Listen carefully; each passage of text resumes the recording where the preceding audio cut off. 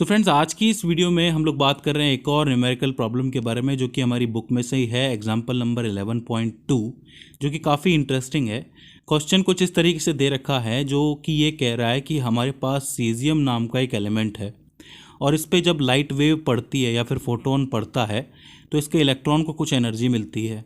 उस एनर्जी में से थोड़ा सा हिस्सा जो वर्क फंक्शन है 2.14 इलेक्ट्रॉन वोल्ट, उसको खर्च करके ये इस सीजियम एलिमेंट से बाहर निकलता है और बची हुई एनर्जी इसके पास काइनेटिक एनर्जी होती है जिससे वो आगे बढ़ता है। राइट।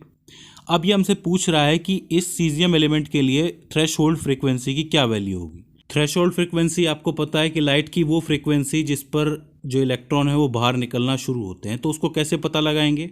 सीधा सीधा वर्क फंक्शन का फॉर्मूला लगा देंगे। हमें पता है कि work function is equals to में क्या होता है, Planck constant multiply by threshold frequency.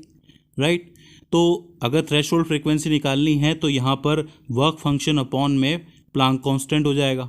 ठीक है, दोनों की वैल्यू हमारे पास है, यानी कि 2.14 इलेक्ट्रॉन वोल्ट अपॉन में 6.63 मल्टीप्लाई बाय 10⁻⁻34 जूल सेकेंड।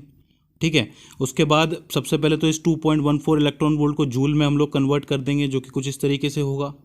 फिर जब आप इसको सॉल्व करोगे तो वैल्यू निकल के आएगी 5.16 मल्टीप्लाई बाय 10⁻14 हर्ट्स। कहने का मतलब ये है कि इतनी फ्रीक्वेंसी की ये लाइट होगी या ये फोटोन होगा जो इस सीजियम एलिमेंट पे पड़ेगा, इस इलेक्ट्रॉन को एनर्जी मिलेगी, फिर ये 2.14 इलेक्ट्रॉन वोल्ट जितना वर्क फंक्शन को खर्च करेगा और ये बाहर आ जाएगा। राइट। तो ये हो जाती है इसकी थ्रेशोल्ड फ्रीक्वेंसी। दूसरे पार्ट में ये हमसे पूछ रहा है कि इस लाइट की वेवलेंथ पता लगाओ जब फोटो करंट की वैल्यू जीरो हो जाए। अब फोटो करंट की वैल्यू कब जीरो होती है? जब हम लोग इसके ऊपर एक नेगेटिव पोटेंशियल अप्लाई करते हैं। राइट। यानी कि यहाँ से इलेक्ट्रॉन आ रहा है जो कि नेगेटिव है और इस कलेक्टर प्लेट को मैं क्या कर देता हूँ, नेगेटिव कर देता हूँ बैटरी से जोड़ के। तो क्या होगा कि ये इसके ऊपर रिपल्शन लगाना शुरू करेगा। ठीक है, पोटेंशियल लगाना शुरू करेगा नेगेटिव। तो मेरा नेगेटिव पोटेंशियल इतना होना चाहिए कि जो इसके पास काइनेटिक एनर्जी है इस काइनेटिक एनर्जी के बराबर हो और ये इसको इस एमिशन प्लेट पर ही रोक दे। राइट। तो उससे मैं कहूँगा स्टॉपिंग पोटेंशियल। तो हमें स्टॉपिंग पोटेंशियल की वैल्यू दे रखी है 0.60 वोल्ट।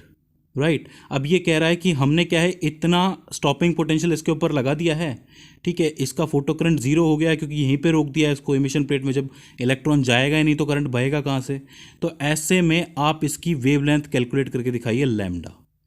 तो अब ध्यान से समझिए कि स्टॉपिंग पोटेंशियल को काइनेटिक एनर्जी के बराबर किया है तब ये इलेक्ट्रॉन यहीं रुक गया है। तो स्टॉपिंग पोटेंशियल का फॉर्मूला होता है ये EV0 इज इक्वल्स टू में काइनेटिक एनर्जी। अब काइनेटिक एनर्जी कैसे निकलती है? जो एनर्जी इसको फोटोन से टोटल मिली है E इज इक्वल्स टू में h न्यू माइनस ये वर्क फंक्शन। भाई सोच के देखिए कि ये काइनेटिक एनर्जी की वैल्यू कैसे निकलेगी। टोटल एनर्जी में से इस वर्क फंक्शन को माइनस करेंगे तो काइनेटिक एनर्जी मिल जाएगी। तो EV0 इज इक्वल्स टू में इसको h new minus work function लिख सकते हैं हम लोग, बिल्कुल लिख सकते हैं। राइट। अब क्या करेंगे कि इस ये जो आपका V है यानी कि जो ये आपकी फ्रीक्वेंसी है इसको हम लोग C अपॉन में लैम्डा लिखेंगे, क्योंकि हमें लैम्डा की वैल्यू चाहिए ना, इसलिए इसको कन्वर्ट करना पड़ेगा। तो यहाँ पे C अपॉन में लैम्डा लिख देंगे। तो EV0 इज इक्वल्स टू में HC अपॉन में लैम्डा माइनस वर्क फंक्शन। ठीक है, अब लैम्डा की वैल्यू निकालनी है तो ये वर्क फंक्शन इस तरफ चल जाएगा, यानी कि EV0 plus work function is equals to में HC अपॉन में लैम्डा। और लैम्डा इज इक्वल्स टू में क्या होगा? लैम्डा इज इक्वल्स टू में होगा HC अपॉन में EV0 प्लस वर्क फंक्शन। देख लीजिए, सिंपल सा मैथमेटिक्स है, सिंपल सा फॉर्मूला मैंने बनाया, स्टेप सारे आपके सामने लिखे हुए हैं। अब कुछ नहीं करना है, बस इन सब की वैल्यू रख दीजिए, यानी कि प्लांक कांस्टेंट की वैल्यू ये है और जो स्पीड ऑफ लाइट c है उसकी वैल्यू ये है। नीचे हमें स्टॉपिंग पोटेंशियल की वैल्यू 0.60 वोल्ट दे ही रखी थी, इलेक्ट्रॉन वोल्ट। ठीक है, और यहाँ पे वर्क फंक्शन की वैल्यू भी हमारे पास है, शुरुआत में दे रखी है। ठीक है, 2.14 इलेक्ट्रॉन वोल्ट। तो अब इसको क्या करेंगे, सॉल्व करेंगे। जब आप इसको पूरा सॉल्व कर लोगे तो आपके सामने लैम्डा की वैल्यू निकल के आएगी 454 नैनोमीटर। इसका मतलब ये जो लाइट इसके ऊपर पड़ रही है इसकी फ्रीक्वेंसी है ये और वेवलेंथ है ये। तो देखिए, सिंपल सा क्वेश्चन था, बस थोड़ा सा लॉजिक लगाना था, ठीक तरीके से समझना था। आई होप आपको समझ में आया हो। इसकी लैंग्वेज से डरने की ज़रूरत नहीं है। अगर आपने सारी वीडियोस पहले वाली देख रखी है, सारे कॉन्सेप्ट आपके क्लियर हैं, तो आपको तुरंत समझ में आ जाएगा। सो फ्रेंड्स, आई होप ये वीडियो आपके लिए हेल्पफुल साबित रही हो। इसके बाद भी इसके अंदर आपको कोई क्वेरी आती है, कोई दिक्कत आती है, कोई क्वेश्चन आता है या फिर हमसे कोई गलती हो जाती है तो नीचे कमेंट सेक्शन आपके लिए खुला हुआ है।